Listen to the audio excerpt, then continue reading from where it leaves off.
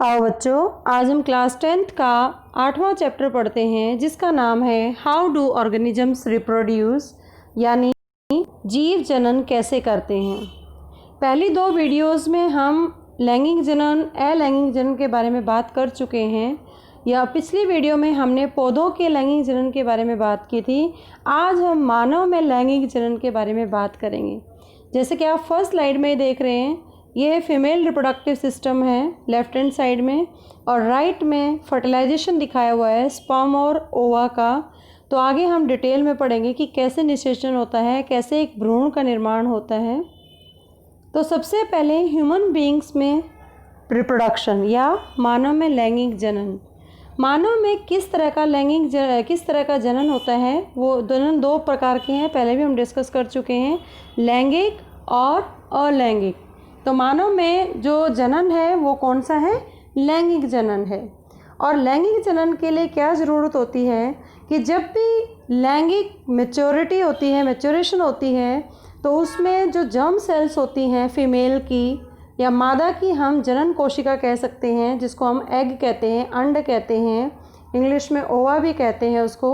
और जो male partner होता है, नर है, उसका शुक्राणु, दोनों का प्रोडक्शन होना शुरू हो जाता है। और जब जिस उम्र में इन दोनों जनन कोशिकाओं का प्रोडक्शन शुरू होता है, उसको हम पबर्टी कहते हैं। पबर्टी यानी यौवन अवस्था, कि किशोर अवस्था में इस अवधि को ही हम पबर्टी या यौवन अवस्था कहते हैं। अब यौवन अवस्था के कुछ चेंजेस होते हैं जो मेल और फीमेल में अलग अलग दिखाई देते हैं, लड़के और लड़की में अलग अलग दिखाई देंगे।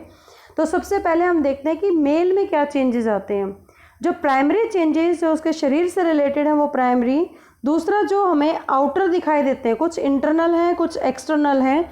सेकेंडरी होते हैं जो एक्सटर्नल होते हैं, और प्राइमरी सेक्सुअल कैरेक्टरिस्टिक्स होती हैं जो इंटरनल हैं, जो मेल और फीमेल के अंदर अलग अलग होती हैं।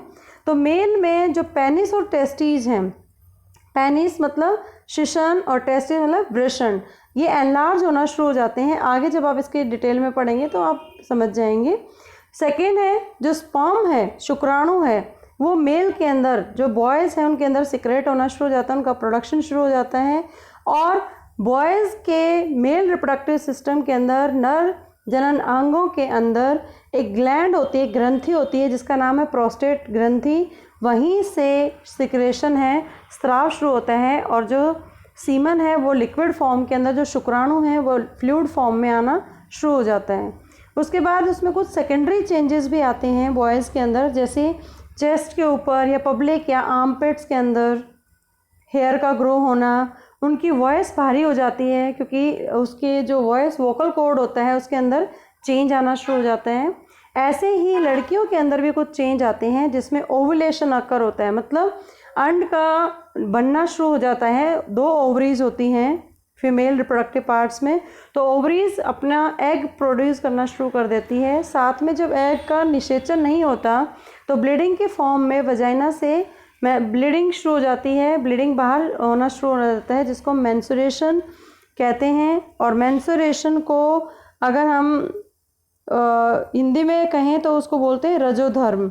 उसके बाद जो यूट्रस है, गर्भाशय है, और जो वजाइना है, योनि, उसमें ग्रो होना शुरू हो जाता है, बढ़ना शुरू हो जाती हैं। उसके बाद जो ब्रेस्ट डेवलपमेंट है वो शुरू हो जाता है। आर्मपिट और पब्लिक जो प्राइवेट पार्ट्स होते हैं उनके अंदर हेयर का ग्रो होना शुरू हो जाता है। और बॉडी चेंजेस, जैसे हिप्स होते हैं वो वाइडन होने शुरू हो जाते हैं, या वेस्ट है वो नैरो शुरू होनी हो जाती है। तो इस तरह के चेंजेस हम जैसे ही लड़की यौवन अवस्था में आती हैं, लड़का पुबर्टी सिचुएशन में आता है, यौवन अवस्था में आते हैं, तो इस तरह के प्राइमरी और सेकेंडरी चेंजेस हैं वो बच्चों के अंदर दिखाई देते हैं। तो सबसे पहले हम मेल रिप्रोडक्टिव सिस्टम की बात करेंगे। नर जनन तंत्र।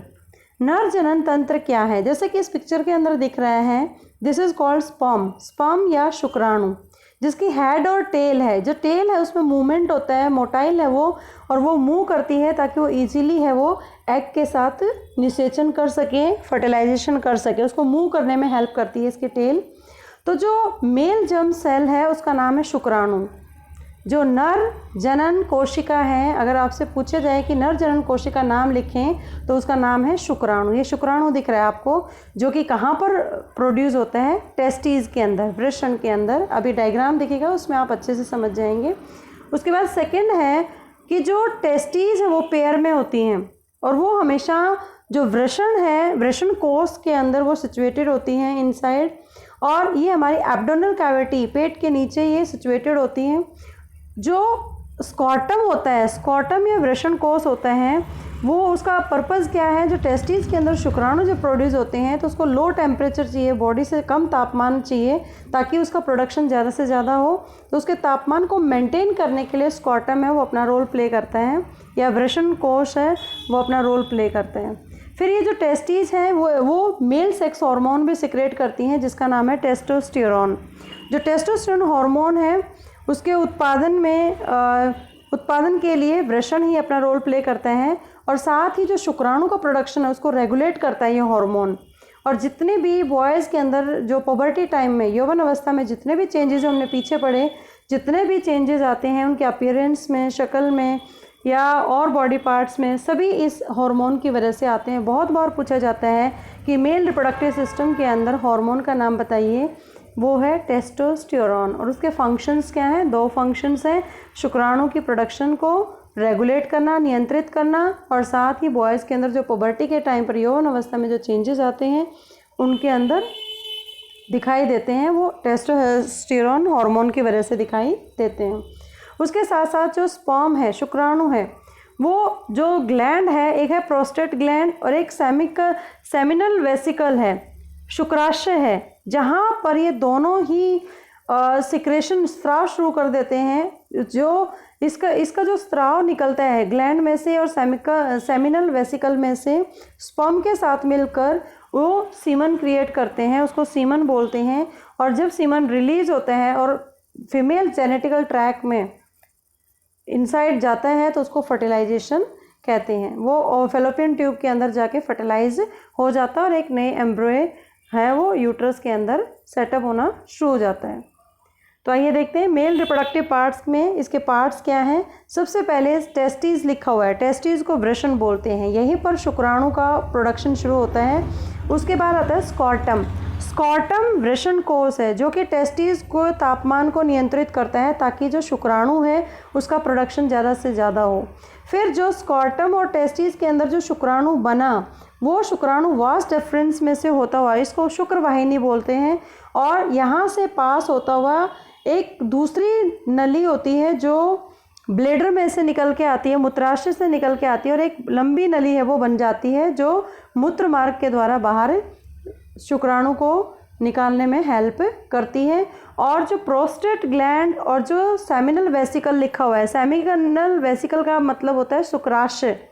शुक्राशय और जो ग्लैंड में जो स्त्राव होता है और नीचे से वास, शुक्र वाहिनी से होता हुआ, वास डेफरेंस से होता हुआ जो शुक्राणु आता है, और जो मूत्र मार्ग में जहाँ यूरेथ्रा लिखा हुआ है, यूरेथ्रा में जब एंटर करने से पहले वो सीमन बन जाते हैं, और वही सीमन है वो जो नर जनन कोशिका होती है उसको वजाइना के थ्रू, जो प्राइवेट पार्ट्स है फीमेल के, उसके थ्रू फैलोपियन ट्यूब तक फ्लो करते हैं, फ्लूइड की फॉर्म में ये मूव करेगा और वहीं पर फर्टिलाइजेशन है वो टेक्स प्लेस करेगा। उसके बाद आता है, ये तो था मेल रिप्रोडक्टिव सिस्टम। अब हम बात करते हैं फीमेल रिप्रोडक्टिव सिस्टम की, मतलब मादा जनन तंत्र। मादा जनन तंत्र के अंदर मादा जनन कोशिकाएं होती हैं जिनको एग्स कहते हैं। जैसे इस पिक्चर में दिख रहा है, 2 ओवरीज हैं, लेफ्ट और राइट 2 तरह से ओवरीज हैं, पेयर में हैं, जो कि एब्डोमेन के साइड में लोकेटेड हैं। और दोनों ओवरीज में से जब कोई लड़की, ये एग बनता है, एग फॉर्म होता है। जब भी लड़की बॉर्न होती है तो उसमें थाउजेंड्स ऑफ इमेच्योर एग्स वो बने होते हैं। इमेच्योर मतलब अविकसित एग हैं। वो विकसित कब होते हैं? जब वो यौवन अवस्था में आती है लड़की, पुबर्टी एज में आती है, तो एग्स क्या होते हैं? मैच्योर होना शुरू हो जाते हैं। और ओवरी में से वन ऑफ द ओवरीज, एक ओवरी, चाहे 2 ओवरी हैं तो एक भी ओवरी में से एक एग हर महीने प्रोड्यूस होता है गर्ल्स के अंदर।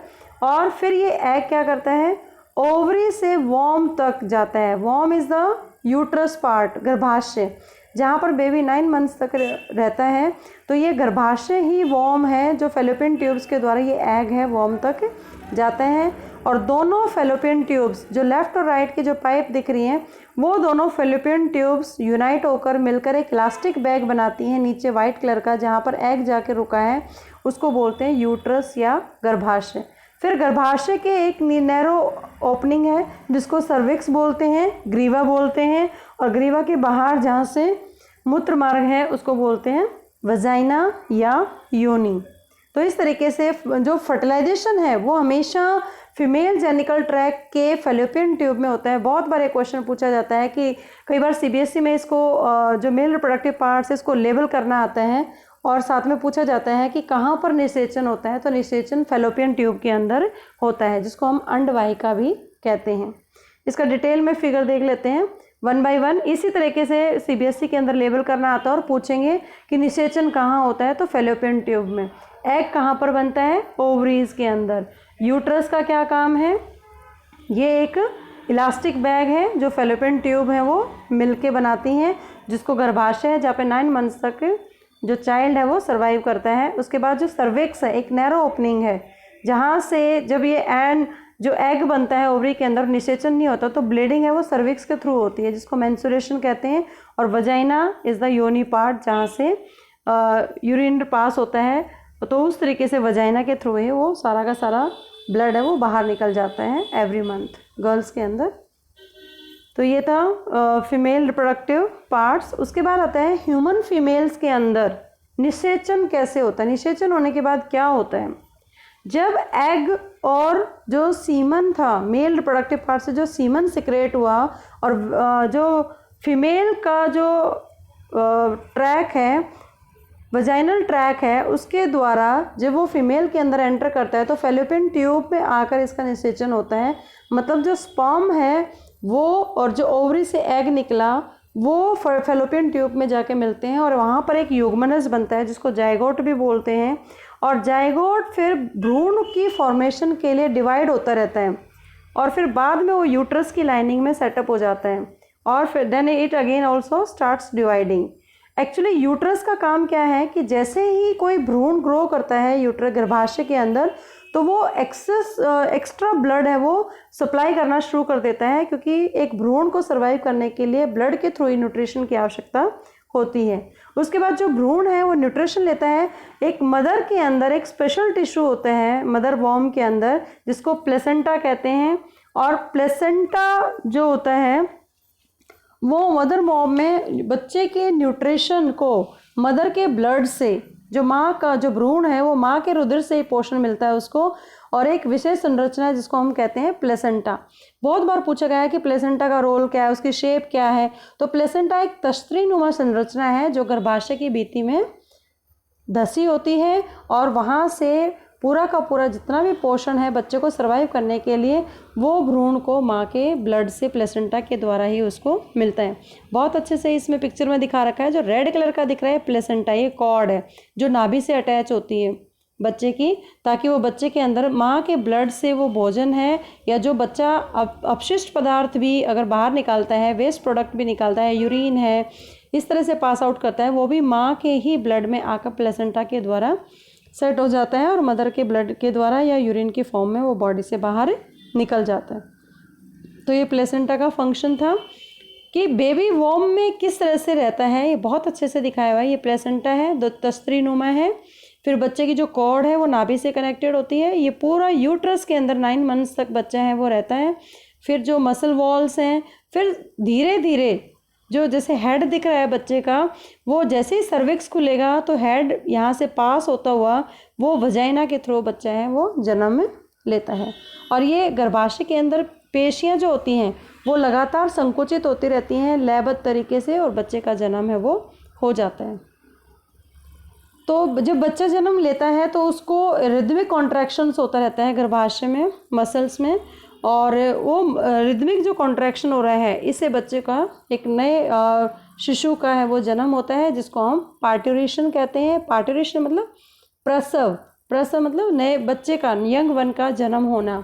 और 9 महीने तक मतलब 36 वीक्स तक बच्चे का डेवलपमेंट मदर के वॉर्म के अंदर ही होता रहता है, जिसको कहते हैं हम गेस्टेशन पीरियड यानी गर्भावधि।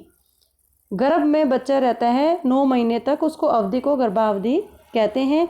अगर कभी, जैसे मैंने पहले भी बताया कि महीने में एक बार एक ओवरी से, दोनों में से एक ओवरी में से एक अंड का प्रोडक्शन होता ही होता है, लेकिन जब वो अंड और उसके लिए जो गर्भाशय हमारा वो एक मोटी भित्ति तैयार करना शुरू कर देता है, रेडी हो जाता है कि वहाँ पर भ्रूण होगा, अंड का अगर निषेचन हुआ तो वो पहले से तैयारी कर लेता है गर्भाशय, और एक मोटी भित्ति है, लाइनिंग है, वो उसकी शुरू हो जाती है ताकि उसको होल्ड कर सके भ्रूण को। लेकिन कभी कभी क्या होता है कि जाइगोट नहीं बनता, अंड का निषेचन नहीं होता, तो जो यूट्रस की जो वॉल बनी थी पहले ही, वो धीरे धीरे टूटना शुरू हो जाती है, and that is the cause of bleeding. और वो योनि के थ्रू वो है ब्लड है बॉडी से बाहर निकलता है, और इस प्रोसेस को हम मेंस्ट्रुएशन या रजोधर्म कहते हैं। और ये सभी लड़कियों के अंदर 28 दिन का एक रेगुलर इंटरवल में होता है। हर महीने या 28 दिन के बाद इस पीरियड का रिपीटेशन होता रहता है हर महीने। और जब किसी फीमेल को फर्स्ट टाइम मेंस्ट्रुएशन होता है, और वो कब होता है, 11 से 13 साल की उम्र तक के बच्ची को जब मेंस्ट्रुएशन होता है, रजोधर्म होता है, उसे मिनार्की या रजोदर्शन कहते हैं, मतलब मेंस्ट्रुएशन का दिखना फर्स्ट टाइम। और उसके बाद जब जो फीमेल होती हैं उनका जो सेक्सुअल साइकिल है वो 45 से 50 साल तक कंटिन्यूस होता है। उसके बाद उनकी ओवरी में एग बनना बंद हो जाता है, रिलीज़ करना बंद कर देती है ओवरी, और इस स्टेज पर उसको बोलते हैं मेनोपोज। और वहाँ पर जो धर्म है वो विमेन का एंड मार्क होता है, वहाँ पर बंद हो जाता है। तो इस तरीके से फीमेल रिप्रोडक्टिव पार्ट्स में इस तरह से अलग अलग प्रोसेस है वो होते रहते हैं। उसके बाद नेक्स्ट आता है कि जनन स्वास्थ्य। जनन स्वास्थ्य की क्या ज़रूरत है। हमारे देश में बच्चों की शादी की उम्र से पहले ही उनकी शादी कर दी जाती है कि वो पूरी तरह से तैयार नहीं होते, उनका शारीरिक विकास नहीं हो पाता, इमोशनली वो इतने स्ट्रॉन्ग नहीं होते, समाज के दबाव में आकर या रिश्तेदारों के मित्रों के दबाव में आकर लड़कियों की शादी कर दी जाती है, उनके बिहेवियर में वो चीज़ें अडॉप्ट नहीं करी जाती, तो उनकी हेल्थ धीरे धीरे ख़राब होना शुरू हो जाती है। तो रिप्रोडक्टिव हेल्थ क्या है कि हर एक लेडी का, हर एक फीमेल का अपना जनन स्वास्थ्य का मतलब है वो पूरी तरह से फिट हो, चाहे वो फिजिकली, इमोशनली, सोशली या बिहेवियरली, चारों अगर इसके अंदर एस्पेक्ट्स में वो रेडी है तो उसको हम कहेंगे रिप्रोडक्टिव हेल्थ या जनन स्वास्थ्य। और जनन स्वास्थ्य की ज़रूरत क्या है। हेल्दी सोसाइटी के लिए एक बैलेंस सेक्स रेशो होना बहुत ज़रूरी है, मतलब मेल और फीमेल इक्वल होने चाहिए। ऐसा नहीं कि फ़ीमेल कम है तो मेल ज़्यादा है, तो अगेन एक प्रॉब्लम क्रिएट होती है, या मेल कम है फीमेल ज़्यादा है, इट इज़ ऑल्सो इम्बैलेंस। तो हमेशा सेक्स रेशो जो होती है, जो लिंग अनुपात है, वो बैलेंस होना चाहिए, अनुपात में होना चाहिए, ताकि, और ये कब कौन कर सकता है, ये एजुकेटेड लोग कर सकते हैं, ताकि वो अवॉइड करें। बहुत सारी ऐसी प्रैक्टिसेस में घुस जाते हैं लोग कि भ्रूण हत्या कर देते हैं, फीमेल भ्रूण हत्या कर देते हैं, या प्रीनेटल सेक्स डिटर्मिनेशन होता है, मतलब बच्चे का पैदा होने से पहले उसके सेक्स के बारे में जानकारी ली जाती है, फिर उसके बाद उसका अबॉर्शन करा दिया जाता है। तो इससे फीमेल की हेल्थ पे भी बहुत बुरा प्रभाव पड़ता है, और साथ ही जो अच्छी सोसाइटी बनने के लिए जो सेक्स रेशो है उसके अंदर भी बैलेंस नहीं हो पाता है। अब सेक्स एक ऐसी चीज़ है जिसमें दो व्यक्तियों में रोगों का संचरण अलग अलग तरीक़ों से हो सकता है, और सेक्सुअली ट्रांसमिटेड जो डिजीज़ होती हैं, तो वो जिनको हम STD बोलते हैं शॉर्ट फॉर्म में, वो हमेशा जब कोई अनसेफ सेक्सुअल कांटेक्ट करता है, मतलब माना कि कोई मेल है और वो एड्स से पीड़ित है और फीमेल को पता नहीं है, तो उससे एक अनसेफ सेक्स है वो। इसीलिए बिफोर मैरिज सेक्स करना थोड़ा बहुत ही डेंजरस होता है कि हम दूसरे पर्सन के बारे में नहीं जानते कि उसको किस तरह की बीमारी है। तो दो तरह की बीमारियां हैं जो मोस्टली होने के चांसेस ज़्यादा होते हैं। एक होती है जीवाणु जनित, मतलब बैक्टीरियल STDs, जिसमें गोनेरिया और सिफिलिस आती हैं और वायरस संक्रमण में आते हैं HIV एड्स, और दूसरा आता है वार्ड्स मतलब मस्सा। तो ये शामिल होती हैं, क्योंकि इन रोगों का संचरण है वो मोस्टली सेक्सुअल रिप्रोडक्शन के कारण ही होता है, या अनसेफ सेक्सुअल कांटेक्ट में आने के कारण ही होता है। तो इसका अवेयरनेस हमारे बच्चों को होना चाहिए। नेक्स्ट आता है कि अनसेफ जो सेक्सुअल कांटेक्ट करते हैं, अगर उनको सेफ रखना है, किसी तरह की कोई बीमारी ना हो, तो कॉन्ट्रासेप्शन मेथड्स हैं कुछ गर्भरोधी तरीके होते हैं कि कैसे हम गर्भ को रोक सकते हैं। कॉन्ट्रासेप्शन मतलब गर्भरोधी, जो कि प्रेगनेंसी को अवॉइड कर सकते हैं, और इसको हम 3 तरीके से अचीव कर सकते हैं। पहला है फिजिकल बैरियर यानी यांत्रिक अवरोध। यांत्रिक अवरोध के अंदर क्या है, जैसे आपने देखा कि वृषण के अंदर स्पर्म और ओवरी के अंदर एग का प्रोडक्शन होता है, तो अगर हम कंडोम का यूज़ करें, कंडोम स्पर्म के फ्लो को रोकेगा, एग तक पहुंचने में उसको एक बैरियर का काम करेगा। या सर्विकल कैप्स लेडीज़ के अंदर या डायफ्राम के अंदर वजाइना में लगा दी जाए, वजाइना से ऊपर जो होल है या जो पैसेज है जिसको हम सर्विक्स कहते हैं, तो उसके अंदर अगर कोई कैप लगा दी जाए तो इससे स्पर्म और एग का निषेचन नहीं होगा, फर्टिलाइजेशन नहीं होगा। तो एक फिजिकल बैरियर के द्वारा भी हम प्रेगनेंसी को रोक सकते हैं। दूसरा है सर्जिकल बैरियर, मेल और फीमेल की सर्जरी करके। अब मेल फीमेल की सर्जरी में उनके कौन से रिप्रोडक्टिव पार्ट को ब्लॉक किया जाए, तो मेल के अंदर होता है वेसेक्टोमी, मतलब जो वास्ट डिफरेंट था, शुक्रवाहिनी थी, शुक्रवाहिनी के अंदर से ही शुक्राणु पास होता है, तो शुक्रवाहिनी को अगर ब्लॉक कर दिया जाए तो स्पर्म का ट्रांसफ़र नहीं होगा, शुक्राणु का ट्रांसफ़र नहीं होगा, तो इससे प्रेगनेंसी से बचा जा सकता है। दूसरा, अगर फीमेल की कोई सर्जरी होती है तो फीमेल के अंदर ट्यूबेक्टोमी सर्जरी बोलते हैं उसको, जो फेलोपियन ट्यूब के अंदर निषेचन होता है, तो फेलोपियन ट्यूब को ब्लॉक कर दिया जाए तो एग है वो यूट्रस तक नहीं पहुँच पाएगा, जिसकी वजह से हम सर्जिकल बैरियर का इस्तेमाल कर सकते हैं। सर्जरी करवा के प्रेगनेंसी को रोका जा सकता है।